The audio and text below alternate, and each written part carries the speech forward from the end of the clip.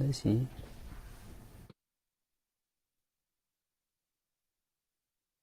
Yeah, it's Jerome.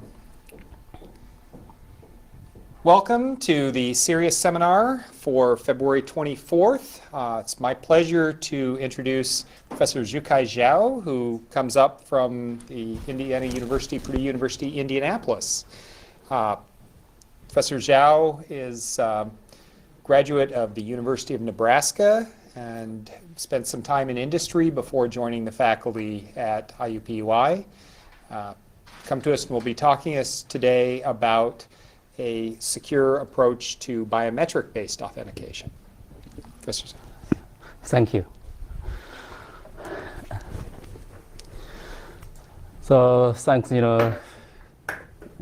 Chris, invite him, also thank you, attending the seminar, So let's have some questions first, okay? Have you ever, experienced the pain or frustration of using password? Always. Right? Always. When you forget a password or, that you want to log in, at that time you couldn't, remember your password, right? Okay. Anyway, let's we try to address some kind of these issues. Let's go some more overview. Then let's look at some related work. Then we propose a new biometric-based technique. Then some preliminary results. Also we will see how we can extend this work.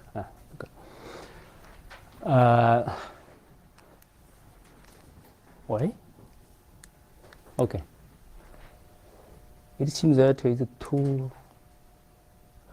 One to here is okay. Oh, it's because the screen's reflective. It's Reflective. Not a screen, and so you won't be able to use a laser pointer. Oh, okay. Okay. Anyway, that's fine. So normally, for the user authentication, we know, in fact, it's the first gate of defense, right? You need no matter log into what kind of system, you need authenticate first. And typically we have three, this authentication method, bigger class. Okay, one is what you have, what you are, and what you know, right? So what you have is, such as you have a smart card. What you know is, password, right? And what you are. But we know this, what you have, this could be lost, right? You have a smart card, it could be lost, it could be stolen, right? If what you know, your password, right? Your password could be forgetting, then you could, your password could be somebody, break it, right? Break it. So also, sometimes you need for password for different system, right? You couldn't use one password. That's so dangerous, right? You want to have multiple passwords, right? That's much worse. It's very difficult to remember which one is which, right? Anyway, there are many issues, right? So basically, it's painful, it seems always have a painful experience for this password, okay? So in fact, there are many breaches, right? It seems that the news always have some, breaches because the compromise of the system. Many because this authentication failure, okay? So really, this biometric, you can think this is, no matter smart card or this password, they are not a true identity, right? Anyone that steal your password, right? That gets your password, they could log in as you, right? It's not a true identity. So really, it's biometric is your true identity. That is what you are, right? What you are. So also this biometric is intrinsically bounded to the owner, right? That's you, nobody else. It cannot be shared. It cannot be lost. It cannot be forgotten. Right? Your face is there, wherever you go, take your face, right? So also this biometric is one for all. A different system, you don't need different this face, right? You one face you can for any system. Of course here typically you have this fingerprint or what iris or face or whatsoever, right? So in the biometric system, the authentication, you see you have that registration phase or enrollment, right? Then you have this verification phase. During the enrollment, you have get your biometric, you do some pre-processing, then do some feature extraction, then generate the template. It's called biometric template. Then during the verification, you do the same. You get your biometric, pre-processing, extraction features, then generate a template, then do the comparison, right? Match. So if match, of course this match for the biometric, they have some noisy, right? It's not accurate. As long as you satisfy a certain threshold, then you are authenticated. Otherwise, rejected. So here overall, we mentioned this biometric is true identity. You don't need memorization, no forgetting, no loss. Okay, but biometric, it looks very good, right? But biometric has its own problem. One serious problem is irrevocable, irreplaceable. Once your biometric is compromised, then you lose your biometrics, right? You have 10 fingers. You said, okay, I lose these fingers. I have this finger, right? But if your 10 finger, all are stolen, what's your use, right? So that's a serious issue,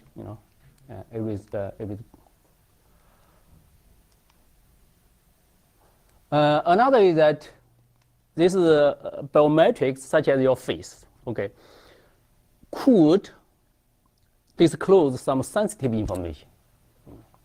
For example, you use your face to do the authentication, right? From your face, they could identify, whether you are female or male, even you belong to, your race or whatsoever, Even some health, issues. They can think, oh, whether at this person at this time you have some health problem. So it will have some, they called privacy issue. Of course, this biometric have some false acceptance or false rejection because it's not accurate. It's not like a password, right? But this is inherent to biometric knowledge. Anyway, so at least these two essential issues. One is irreplaceable, another is privacy, privacy concern. How we could address this? On the other hand, this biometric become more and more appealing, more and more attractive. Not only because it is convenient, right? You don't need to memorize, you need to carry. Another issue is that this factor, retinal is a biometric sensor. It seems that in many devices, right, you have biometric sensor. For example, your iPhone, right? These mobile devices, there's so many, different kind of biometric sensors, cameras, fingerprint scanners, right? So this makes okay, we use biometric to do the authentication is much more, feasible, attractive. But because these kind of issues, right, there already some research work on this biometric, this irreplaceability and this privacy issues. So, such as some work is called cancelable biometrics. Cancelable. Try to make it's cancelable. Once your biometric template is stolen, you can cancel it. Okay, you get a new one. Okay, such as biometric sorting, also non-invertible transformation. This is one big class. Another class is this biometric crypto system, such as key binding, key generation, So, so this kind of existing solution, right? They try to solve these kind of issues. However, all these existing solution has a problem. They either reduce this authentication accuracy, or they require some additional factors, such as they require some pins. For example, either this biometric sorting, they require some additional pin. This pin will sort your biometric. Biometric. Once your biometric is stolen, you get another pin. You get another one. They try to do like that. Okay. So this is the additional. You don't need to remember password, but you need to memorize your pin. Additional. Also, existing these techniques have some kind of already found some attacks. Question, yeah. So as you look at these risks to having your biometrics stolen, are you considering having them all uploaded on a server someplace that maybe it's hashed, or are you looking at it from, like something like fast identity online where they actually encrypt it on your handheld device that you keep in your possession and it can't be hacked, if that's feasible? Okay, I didn't. Can you repeat your question again? So one of the reasons you'd want cancelable biometrics is assuming that someone has lifted your fingerprint and can now hack whatever your biometrics is protecting. Yes.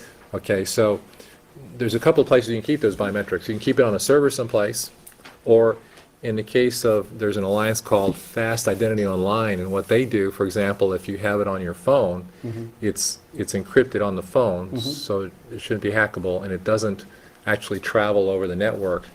It just basically validates that it's you on that phone when you go to use PayPal or something. Okay. And I didn't know if you're looking at all those, or Very good point. Okay, let's see. What happened. Okay, so that's exactly what you mentioned. Okay, let's look at some events. Okay, we mentioned it's a mobile device. Right? It make it's so convenient. Right? I'm not sure whether you heard this.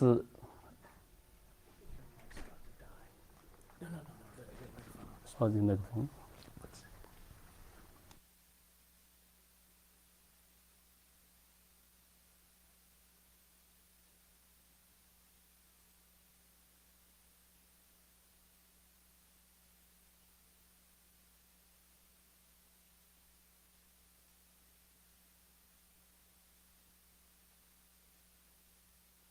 Okay, that's good. One event, these two events all are recent. It's last year.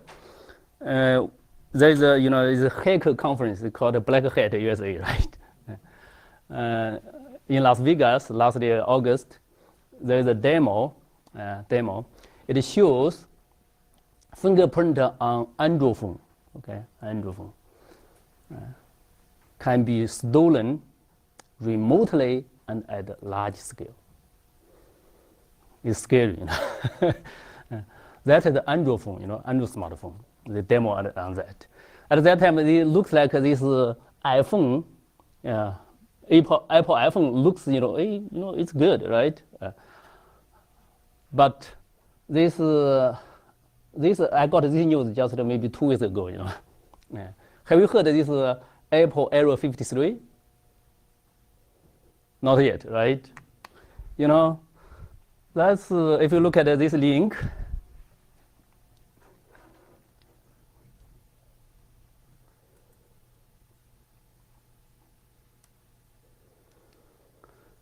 If you go down,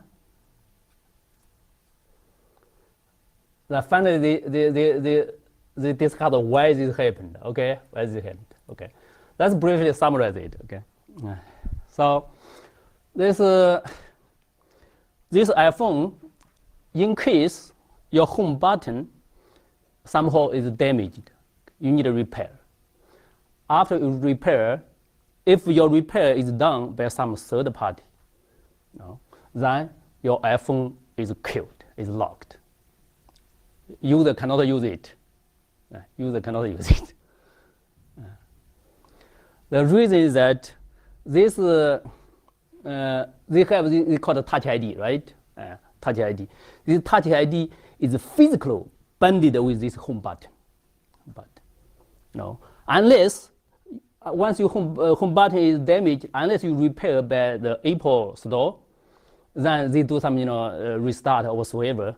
They can make it your biometric safe. But otherwise, your biometric is in danger. Your biometric people can steal or whatsoever.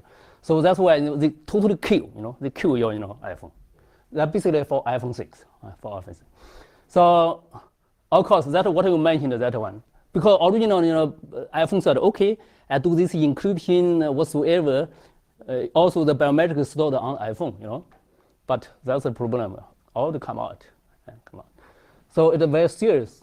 Very serious. Also these people, once the iPhone is killed, then all your payment, because one most important issue is Apple Pay, right? That pay, because you through iPhone to make a payment, that immediately is closed. Yeah. So you see, right now, there are so many issues with these biometrics. But it's good thing that our research, in fact, advanced, a little bit advanced.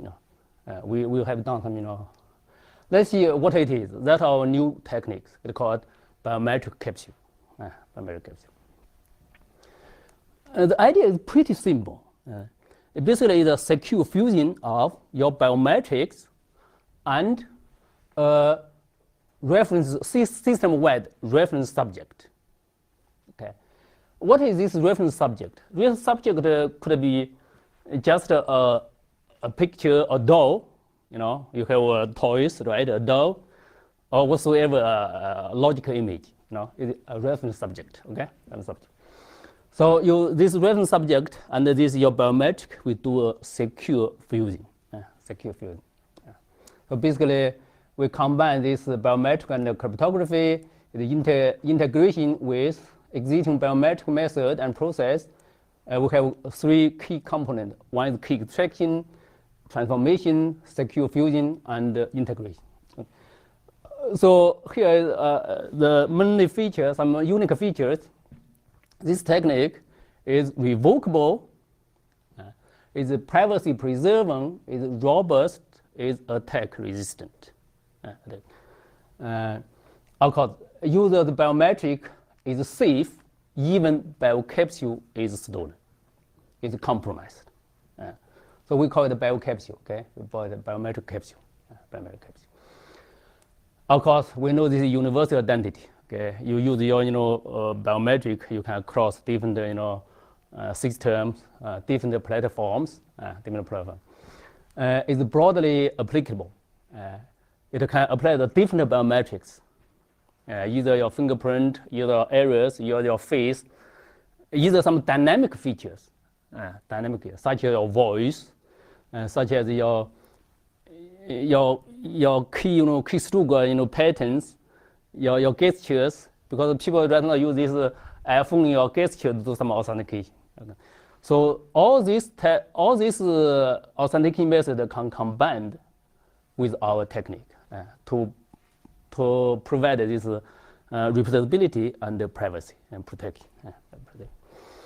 Another that is of course can at different levels.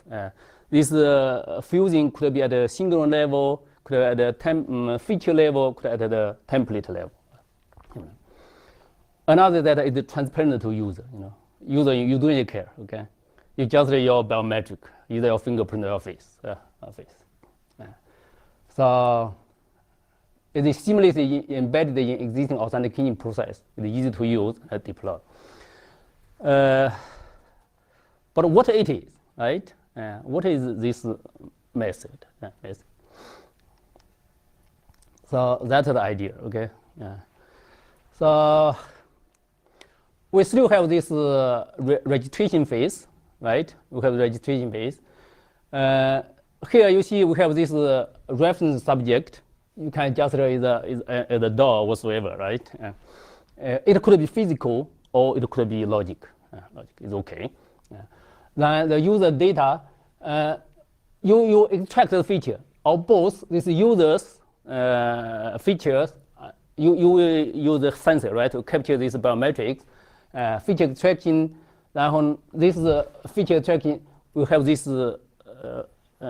secure fusing. They form this generated this biocapsule. So that is during the registration. Then during the verification, same users feature extraction, this reference subject feature direction. You generate this biocapsule. You compare. So exactly the same as existing authentication process. So it is biocapsule which are generated, stored, transferred, and compared for authentication. Okay, if you have any further question, just stop. Okay, just ask, so that we can, clarify. What is this process? Okay. In fact, this idea we proposed this idea is in 2011. We published one paper at a conference. But how to design this, this biocapsule? It'll take 2 more years. 2 more years. Then we really finally we design the solid design. We come out a solid design. Okay, solid. Okay, this was published in a triple transaction on computer in 2014. Okay, here is the overall idea. You see this user biometrics and the reference biometrics. In fact, we treat this user and reference at the same weight. They are equivalent. No user a little bit weight more than this biometric, because if this user biometric weight more than the reference subject, there could be some hints. It's easy to cause this some kind of cross-matching attack. But we treat it exactly same, equally. So you get this. We have this key extraction from user's biometric. You extract the keys, and from reference subject, the biometric, you extract the key. Then each key is used to transform. So, for example, this biometric, that key will transform this user biometric. Okay. Then this user's key will transform this reference subject biometric. Do this transformation. After transformation, this transformed and this transformed, they do the fusing. The fusing, you get one fused object. From this fused object, you get you generate a template. So here basically this key extraction is very, very, very tricky. Okay, how to design this key extraction algorithm? So we need to balance this key stability and distinguishability. For a simple person, you try to get almost the identical key or similar key, but for different person, the key will be much different. So how to balance this? This transformation, the purpose of this transformation is very important, because we assume this reference subject is a system-wide. Okay. Because you do not need your own, because that may be another additional. So I'll call we'll discuss later. Okay. So this transformation make this because this is system-wide, right? But through this transformation, you get a user-specific reference subject. That's very important. That will avoid, because normally if you have a shared subject in the system, right, then there could be some, these attacks, because they try to just break that shared stuff. Okay, but even this shared subject, but we transform it. After transformation, they become user-specific. So that's very important. Okay, so finally, this fusing. They transformed these two objects, they fuse together. So in terms of formula, you can see this fusing is not it's pretty straightforward. This user's biometric times reference subject the key plus reference subject the features times user key. Then you plug together. Of course, here we have some modular operation. Okay, here, I'm not sure, maybe we have many graduate students, right? Okay, let's ask you some questions. What is this key? Could you think of what this key is? Could you guess or reason?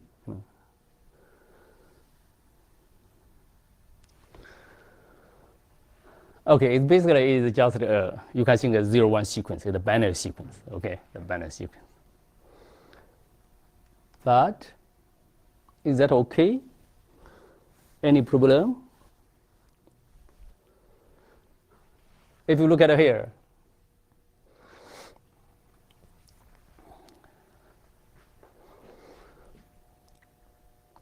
so in fact, at the beginning when I designed, we use this 0, 1, 0, 1 sequence as a key. But that, have very bad performance. The accuracy reduced a lot. So then, of course, it's pretty easy. But, you need to think about it. You need to think, you get it this way, So instead, it's 0, 1 sequence. We change it to -1 and 1 sequence. All these 0 change it to -1. The issue with 0 is that when here you do some multiplication, that 0 will cancel out some features. If you have many zeros, you cancel out many features. That doesn't work.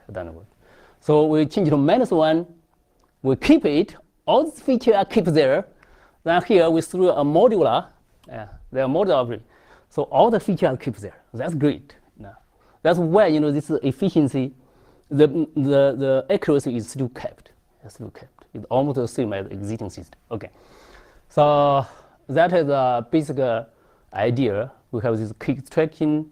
Of course, this key tracking itself, we have several levels. There's some is a algorithm. Okay, a key tracking algorithm.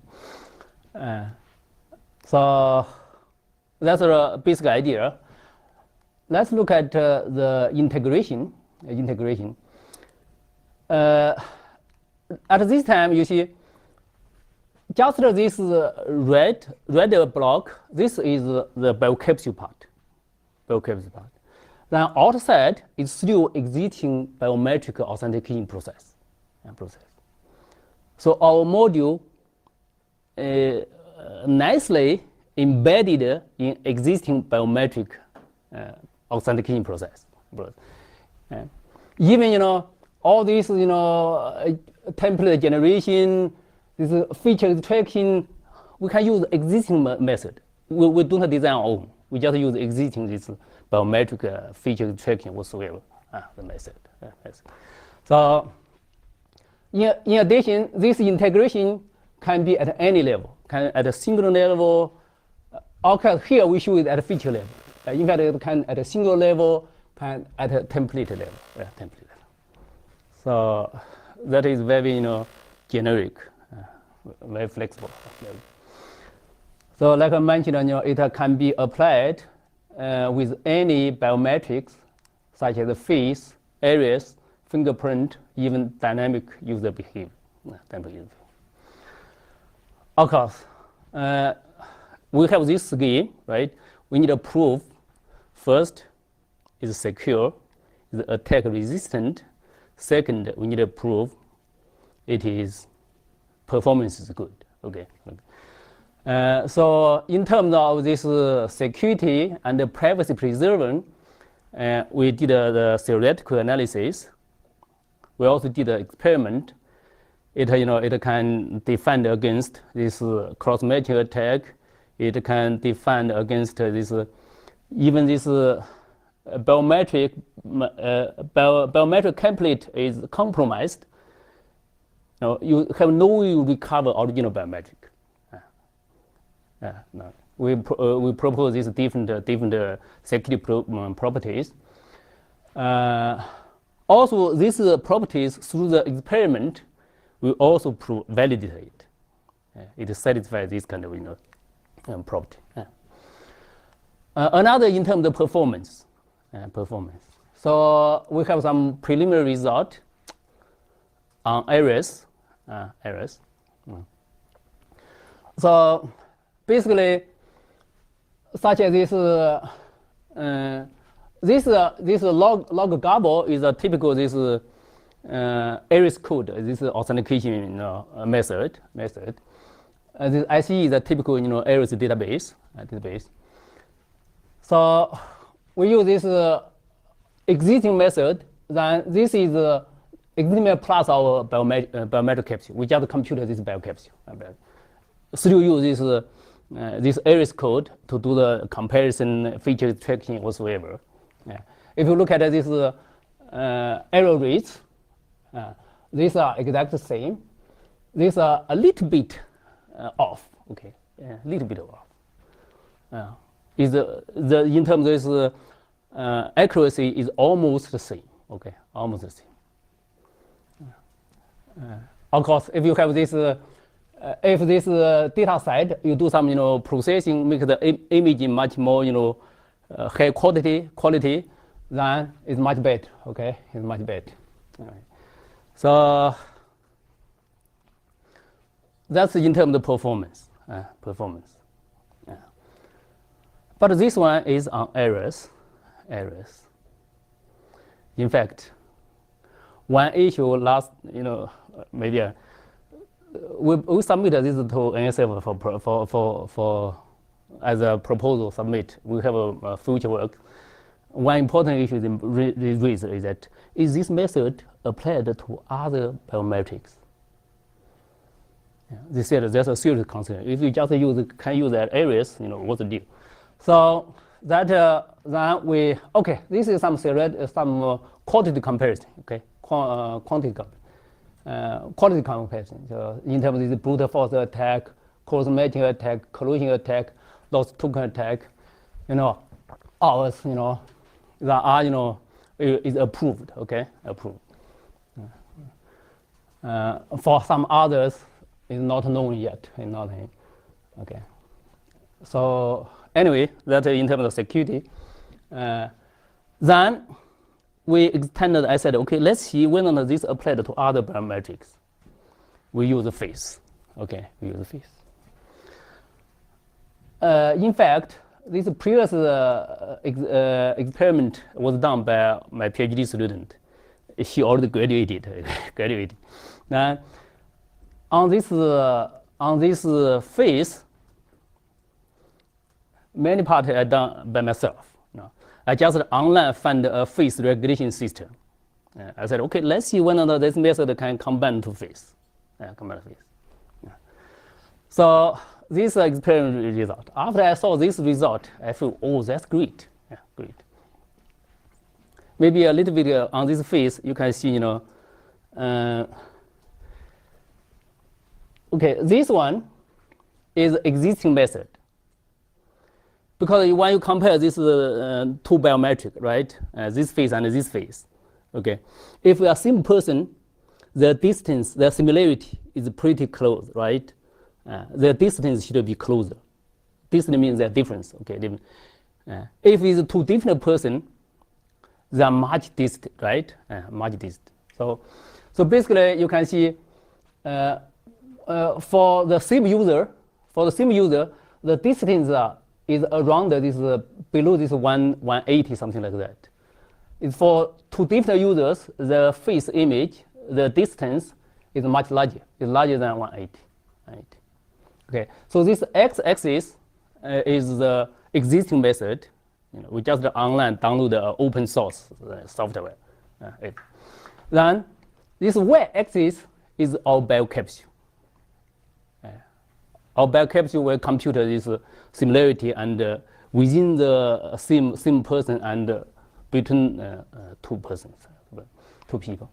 So you see, so this is our experiment, this is the biocapture result. Okay, so you see here, you can see if this is a cut line, it's a threshold for you to distinguish whether it's the same person or it's a different person, right? Then you see here, it clearly there's a correspondence. Do you get the idea? Okay, because if below if I set this as a threshold, if below is same person, if above is different person. Different person. So basically this almost proof, okay, as long as your existing biometric method, you can distinguish same person or different person, then we add a biocapture there, you still can, determine whether it's the same person or different person. Yeah. So that is so convincing, because this face recognition software is just online, random download software and do this experiment. Just embedded our code there, our biocapture code. So that only, this biocapture here I said is consistent and proportional to the existing approaches. This once again also validate this technique is applicable to any biometrics, not only iris, not only face, in fact fingerprint. In fact, right now I have one student who is doing on this use this fingerprint to add our biocapture, So that's the experiment result. So here we do some high-level comparison with existing biometric method. Okay, for existing biometric method, some you need these pins, right? Okay, for user for password, that's much more. So we are pinless because we have a system-wide subject, system reference subject. User, you don't need a key, you don't need your own, So you don't need to carry anything or memorize anything. So it's pinless. So no burden on users. And for existing method, normally it reduces authentication accuracy, but this one is preserved accuracy. Also, through experiment, it's validated. Existing system, there are some attacks because almost all existing system later was found there are some attacks. But we theoretical proof also experiment validate this technique is attack resistant. Specific versus generic. Many existing biometric this protecting technique that focus on either face or either areas or whatsoever specific. But our technique is pretty generic. Also, our system, this kind of different biometrics, different platforms, like what I mentioned, I can use it on iPhone. Right now, I think if after implementation, this iPhone, you randomly select a picture, then your biometric will fuse with that picture, just store on your iPhone. Once your iPhone is stolen, that's fine. You select a different reference subject, you get a new biocapture. The idea here is here.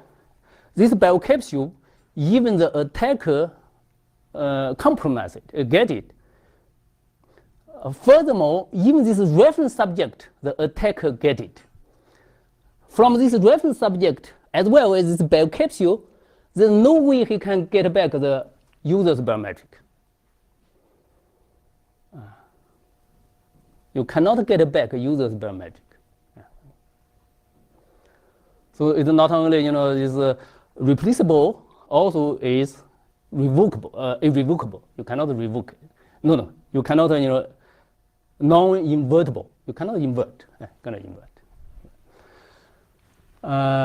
Also, multiple credentials, one universal credential. Okay. So basically, you just either your face or your fingerprint, just this one, but you have a different system, right? If each system will have different reference subject, right? Your same biometric, you can use a different system. Different system. That we call the one credential for all system. Non-transparency, transparency. Our technique, user do not need to carry anything. You just use, the system will carry it. It's transparent. Okay, so that is the main technique. technique. Any question I do here? Yeah, basically you're assuming that the biometrics cannot be stolen, is that right? Or because they can put a free boot Let's see somewhere. this. Currently, all the current technique, right? Your biometric tablet put there, right? Put there. If your biometric tablet is stolen, then you lose your biometrics. You lose your identity. But this one, even this biocapture is stolen. You just revoke it. You get another. You use your same biometric, you get another biocapture. I see the advantage in what you are saying, but are you also assuming that biometrics cannot be stolen, or? In existing system, you need to assume that one. You cannot be stolen. Because once stolen, you lost it. You lost your biometrics. Yes. But this one, you could. I think the question really is, so for example, what happens if someone lifts your fingerprint and builds a model of your finger? Okay. They use your fingerprint, right? They use your finger. No, I'm saying basically, say you go to a booth, they say they're gonna make a free eye exam. They're gonna get a copy of your iris. You go somewhere, they say touch this one, they're gonna get this free gift. So you're gonna get your fingerprint. You're gonna get your picture, and then they're gonna combine them through the face recognition and everything, and then you get everything that you got. So if it is stolen, then you are basically you are gone. Out of the system, you can't do anything. That's a good question. In fact, very interesting. A few days ago, we implemented this system. In a system. Then our university, the university security, it's called information security office. Something university that engineer, security engineer. He, we are working on this. He's so like you mentioned. He tried to test this system whether it works. What he does is that, because we have this system, right? Right now, if I run it, if you come here, you can registration, you can log in. If you can log in. If another person tries to impersonate you, then you reject it. It failed. Failed authentication. Then what he did is that he used his own computer. He take a picture. Because this one we are on face. He take a picture. He take a picture. Then. Because this one I need to take the picture, right? When I run this one, a dynamic take your picture, then through authentication. What he did is he used his own computer, laptop, take the picture, then use that picture on his computer, right? Use that computer, let this one take a picture. I thought, at the beginning I thought, okay, this is the same person, right? It should pass. Wonderful result, it failed. He said, wow, you're really so good. I've tried to cheat, through this means for now, like you mentioned, right? You just take my face. You try to do that one. That doesn't work. It is really rejected. I couldn't believe it. That's maybe I think one reason that. Because I'm not, this is in biometric, we don't get deep into biometric. We just use the existing biometric method. This, if you dynamically take a real picture, and that kind of picture, you want to retake again, that may have some, difference. I'm not sure. That's what, because from the result like that. And another, because this system really assume. We should be this user when it do the authentication is this user need to be there. In biometric, it had something called the level test, okay, level detection. Okay, the system can detect whether this is a real user, because the real user, right? Either your face or whatsoever, right? They can detect whether this is a real user or is not, is a fake image you put there. So we can combine with this kind of level test to really, to defend against that kind of attack. Thank you for that. Very good point. Very good point. I think the key there is that's something that existing, underlying, so facial recognition methods. There are Yes. various things like the Yeah. liveness detection, Yes. like being able to change the lighting Yes. on each authentication and see whether what you see Yeah. is what you expect to see. Yeah. Those exist as tests within the existing method, and this can use any of those existing methods. Yeah. What this is really giving you is, once you have a good biometric method, it's a way to store the data so that it's revocable. But it's got the same weaknesses that whatever existing method would have in terms of your faking out the system. Yeah. What it's gaining is if someone steals the device, all they get is that one device. Yes. They cannot get back your biometrics. Yeah. Then you can buy a new device, use the same fingerprint, you register with another reference subject. Is that all you're researching right now? Is Yes. crypto methods? Yeah. In fact, this result, this experiment, I just did maybe three months ago. Then this system, we implemented maybe just 2 months ago. We did some experiment. But this result we did is in 2013. That by my PhD student. Because this one took a long time from the 2011, that first paper, to this 2014. We just published. Okay, here is a paper.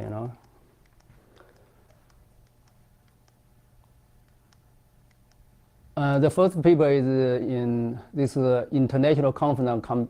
It's called ICCN. That's 2011. But how to design that key extraction, then the secure fusion, it takes a long time.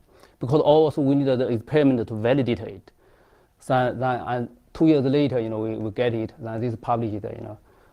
Another this really is that 2014 we published that result. But that on face. That is after NSF they reject the proposal. That okay, whether your method is used for other biometrics. So we extend to face. That result is a new one. We haven't published anything yet.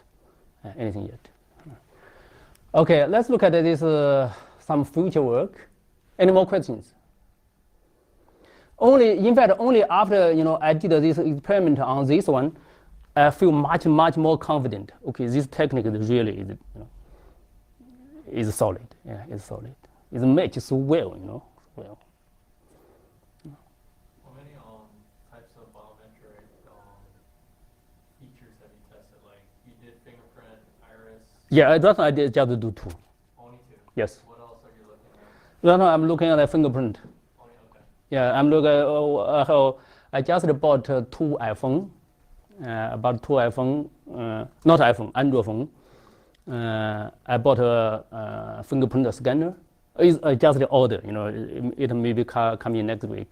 A student will work on it. We'll find an online fingerprint, any fingerprint software. What kind of systems are you using? So this cell phone right now? Are you using it on other? Someone's asking a question. What else devices are you using besides cell phone, and have you tested it on? I tested that time. Okay, this experiment I tested in our supercomputer system. Okay, but the prototype system I implemented is here. It's just I use the Java, but I use existing this image, picture taking also the software. I use that software. Of course, this one when I do the authentication right now. This because I downloaded the online software face recognition is in MATLAB. Of course, in the future we will convert to Java code or something like that. This MATLAB, they need some lessons. We just use our university that server machine. They have MATLAB, so this computer will send the biometric to the server computer, the biocapture whatsoever, do this kind of stuff, do the match. This you mainly write in Java, server side and the client side both in Java. But the server side, it will call that MATLAB to do this feature extraction, to do this comparison whatsoever, to that. Thank you. Any other question? Yeah. I do have one. how much is this tied? I mean, is there a risk if I try to, say, create a biometric that's going to work on a distributed system? Or is this really something that I should only be using to create a capsule that works on one device? That's a good question. Let's look at our future work. Okay, thank you. Okay. So for future work, why we call it active authentication? In fact, active authentication means your first time you log into a system, right? You need a through authentication. But right now, there are many security breaches is after your login. Because after your login system, right? Maybe your session is still open. Maybe you go to the restroom or whatsoever, right? Maybe some attacker come in, because you are already in the open session, right? They can, steal some, important. Anyway, they are launch attacks. Okay. So this active authentication means even during the login session, it will periodically do the authentication. This for password, of course, is very difficult because maybe 10 minutes you type in your password, another 10 minutes you type your password, right? That doesn't work. But for biometrics, it's very possible. You can do this automatically. For example, if you sit on the computer, right? It's dynamic. Every maybe 10 minutes, they automatically take a picture, send a picture to a server to do authentication. That's called active authentication. It also called continuous authentication. Of course, this you need some technique to do it. Okay, you need to set the window, this sample, how quickly you want to take the picture, right? Then in between, some people, attacker here, right? When you go out, another person come in, then it take a picture, then it will be wrong, right? Anyway, you need this kind of, it's called active authentication. Right? So basically, once you log in, it continue, okay? Continue to the, to the authentication. This is one important issue, right now there are some research. We also have 2 people on this active authentication. We did some limited experiment. You said we can integrate this with existing embedded systems and stuff, right? So Yes. In real time for, say, control gates or airport security, or what is the latency this would introduce compared to whatever is there right now? Okay, that's a good question. Okay. That part, okay, we do not consider this biometric part. Okay, that biometric part, that you use existing technique, whatsoever it is. Just that biocapsule computation part, we did this experiment, is around 0.5 seconds. All this key extraction, transformation, secure fusion. It's pretty reasonable, pretty reasonable. Thank you, a good point, yeah. Well, I think we're running out of time, so. Okay, anyway. Oh, okay. Oh, you've got. So we have some, this is called a privacy preserving BC generation. Okay, right now the method is that your biometric need to send to the server computer the biocapture. But we can further. How to further it is that my biometric will not send it to the server, okay? Your server have a reference subject, I have my biometric, we use a secure 2-party computation. We compute their biocapture. So that even the server, you never get my biometrics. Okay.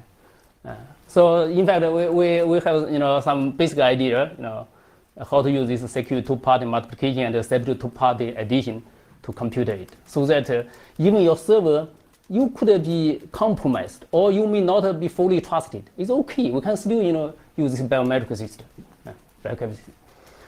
Of course, here, we can use this overall identity management. Suppose you have an identity provider. You have many, service provider. You have many services. So this identity provider, for each service provider, okay, for each system, it provides a reference subject.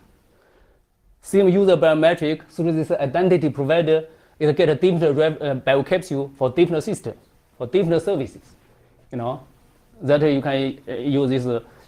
This is good for government. You have one identity management server provider, then you have many different systems. Another is what maybe you mentioned. This is total distributed system. to the deficiencies. You can, through this client, the different servers, okay, the different servers. You can do the cross this chained authentication, Of course, here we propose another research task. We haven't finished it yet. It's called biocapsule composition. Means whenever one user's biocapsule is stolen, we need to get a new reference subject, right? But for this new reference subject, all other users may need to re-enrollment. Through this biocapsule composition, this other user may not need to re-enrollment, but we can automatically through this older biocapsule and this new reference subject, we get a new biocapsule for this user. This is also a research task, for future, for future work. Of course, in this between, you can use whatsoever the secure multi-party computation. You protect the biocapsule. This is biometric. Really, don't get to anywhere, just yourself. Even the server will not know it. Anyway, that's basically some ideas. Questions. Okay, I'd like to thank you. Any other, I think we'll have to hold any questions kind of offline as we're kind of hit on time here, but see you all next week. Thanks for braving the snow. Okay, thank you. If you have any question, you can email me or also we can discuss, okay? Yeah.